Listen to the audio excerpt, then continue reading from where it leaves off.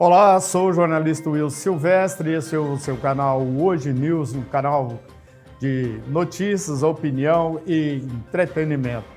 Como fazemos todas as terças e quintas-feiras, hoje vamos bater um papo novamente com o Dr. Paulo Goiás sobre um tema interessante. Foi aprovado na quinta-feira, aliás, na quarta-feira, pela Câmara, a medida provisória que coloca o sistema elétrico, a Eletrobras, para ser privatizada.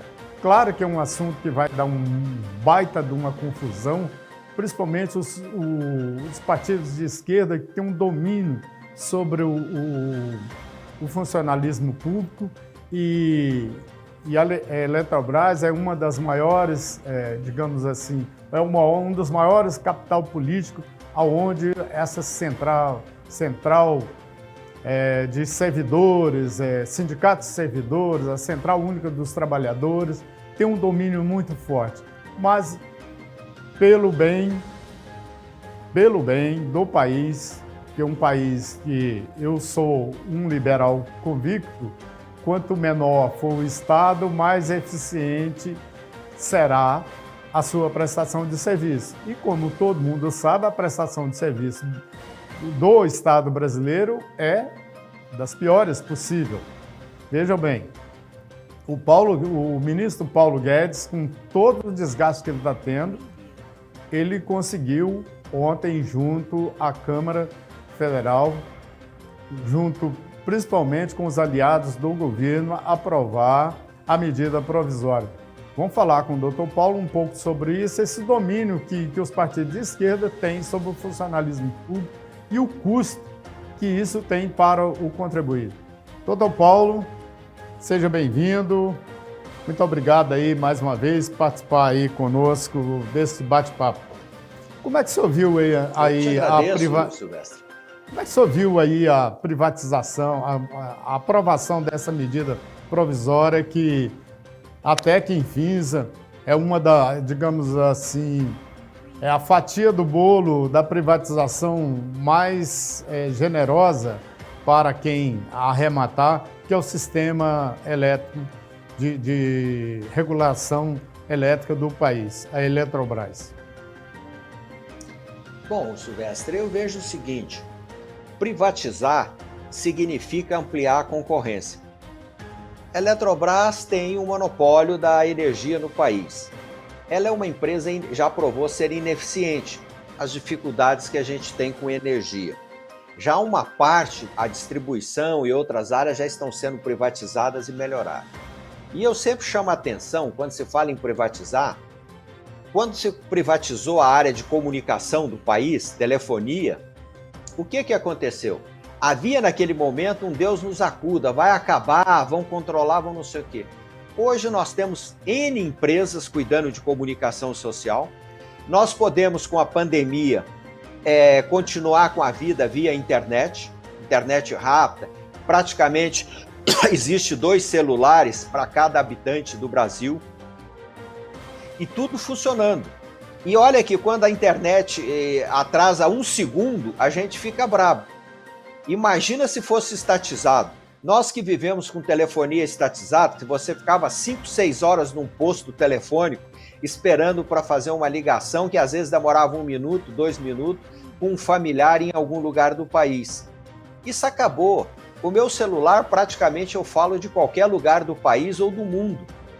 Eu posso falar com a minha filha que está fazendo pós-graduação nos Estados Unidos, eu posso falar com um amigo na China, eu posso falar com um advogado concorrente na Coreia e etc. Tudo isso é em função da privatização. O custo da telefonia baixou significativamente. Eu me lembro que o meu celular é 9981. Eu comprei no lançamento. Naquela época eu paguei R$ 2.300 pela linha. Hoje você não paga nada pela linha. Paga R$19, R$20, é o consumo básico que eles chamam, mas pela linha você não paga, ela não tem valor. Então, isso tudo mudou com a privatização das comunicações. Petróleo, a Petrobras controlando, nós temos esses preços. Por que nos países onde é privatizado o petróleo, os preços não são tão absurdos como no Brasil? A parte de água vem sendo privatizada e vem sendo melhorada. Claro que num primeiro momento da privatização ocorrem problemas. Agora, quem são os grandes prejudicados com a privatização?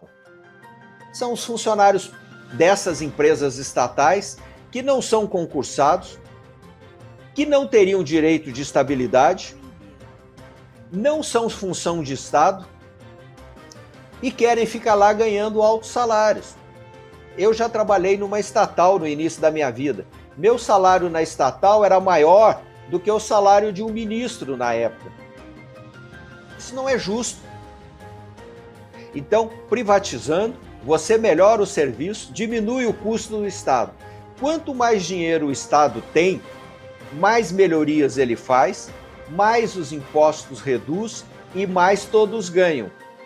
Com o sistema atual, quem ganha hoje são os funcionários de empresas estatais. Eu não falo nem de servidor público geral, porque esses salários são baixos. Vamos ser práticos, você para ser coordenador de uma área do governo, que é o DS4, é R$9 mil por mês. O assessorista do Senado ganha R$20 mil. Um office boy de uma estatal como a Eletrobras deve ganhar esses R$9 mil por mês.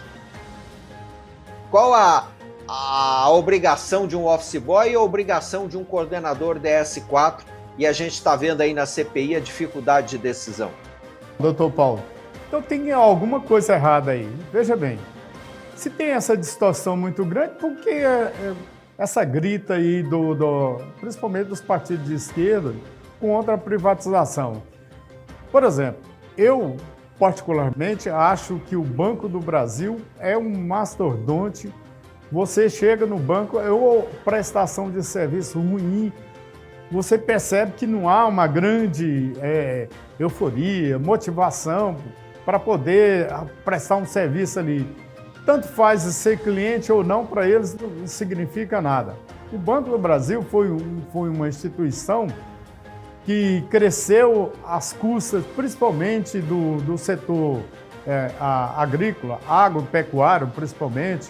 Eu me lembro, era criança, tinha um vizinho nosso lá de fazenda que perdeu o gado dele todo, foi marcado com o BB, que na época o banco ia lá, cravava a marca no gado. Ele perdeu o gado dele todo porque ele não conseguiu pagar o banco. Então, assim, o Banco do Brasil é um dos que teve um ensaio aí para ser privatizado.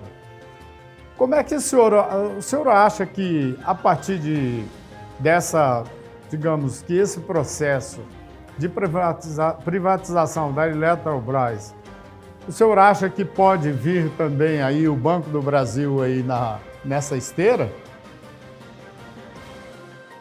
Bom, o Banco do Brasil, ele deve ser privatizado. Ele tem funções de Estado e tem função privada. E ele mistura as duas coisas. E quando ele mistura, o que acontece? Ele não presta bem o serviço público e não presta bem o serviço privado. Para você ter uma ideia, uma conta comum do Banco do Brasil cobra em média R$ 98,00 para a manutenção da conta. Um banco privado cobra em torno de R$ 45,50.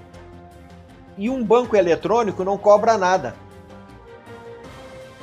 Então, quando você privatizou o sistema bancário, você reduziu. Eu, por exemplo, meu escritório de advocacia, eu não vou fazer propaganda do banco. Abri uma conta num banco de internet, eu não pago custas, eu não pago boleto, eu só pago se eu for sacar dinheiro na boca do caixa com o cartão eletrônico deles. Aí eles cobram uma taxa lá de R$ 6,70. Mas eu não preciso fazer isso. Basta eu transferir para minha conta normal e eu faço o saque. Então veja bem, quando você privatiza, você amplia a concorrência. E a concorrência gera o quê? Redução de preço. Para isso existem as agências para fiscalizar as condições de trabalho de cada empresa privatizada das áreas fundamentais. Correio. Correio antes era uma questão estatal, por quê? Era uma questão de segurança nacional. A comunicação entre as pessoas de outros países eram controladas pelo Estado. Com o celular, como eu disse, eu posso passar qualquer informação para qualquer lugar do mundo instantaneamente. Para que correio privatizado? Quem compra pela internet sabe que quando você recebe pelo Sedex do correio, é de 70 a 200 reais um pacotinho. Quando você compra da China, que vem de avião, você paga 35 reais. O que justifica um pacote de São Paulo para Brasília custar 54 reais? Até vou dar um exemplo. Eu gosto muito de um sal que é fabricado aí em Goiás. É um sal com limão siciliano. Aqui em Brasília você não acha. Custa R$ 3,90. O pacote vem pelo Sedex.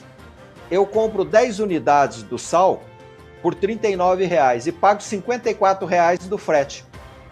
E pago para vir, e eu paguei agora uma peça da China para o meu carro, eu paguei R$ 35,00. A peça pesava pelo menos 10 vezes mais do que o sal. O que justifica isso? Ok. Bom, falamos aqui um pouco sobre privatizações e contrariando aí uma parcela, digamos, do funcionalismo público que vê com temor as privatizações. Batemos um papo aqui com o Dr. Paulo Goiás, especialista em direito eleitoral e que conhece como poucos os bastidores de Brasília. Bom, doutor Paulo, até uma próxima oportunidade. Muito agradecido aí, mais uma vez, a sua participação aqui no Hoje News, batendo um papo com a gente, sempre emitindo suas opiniões, a gente avaliando aí o que está acontecendo no país. Muito obrigado e até a próxima oportunidade.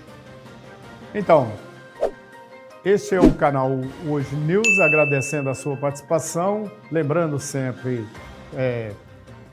acesse nossas redes, dê sua opinião, é muito importante para o nosso crescimento. Até uma próxima.